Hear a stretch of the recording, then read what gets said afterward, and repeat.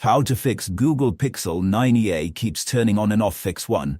Force reboot the phone. Sometimes a force reboot can break a boot loop cycle. Step 1. Hold down power, volume up for about 10-15 seconds until the phone restarts. Fix 2. Boot into safe mode. Step 1.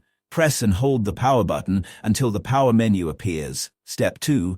Tap and hold power off until you see reboot to safe mode, then tap OK. Step 3. Observe if the phone stays stable in safe mode. If yes, uninstall recently added apps one by one. Fix 3. Clear cache partition. Step 1. Power off the phone. Step 2. Hold power, volume down together to enter fastboot mode.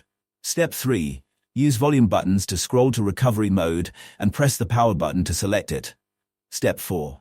In recovery mode, select wipe cache partition using the volume and power buttons.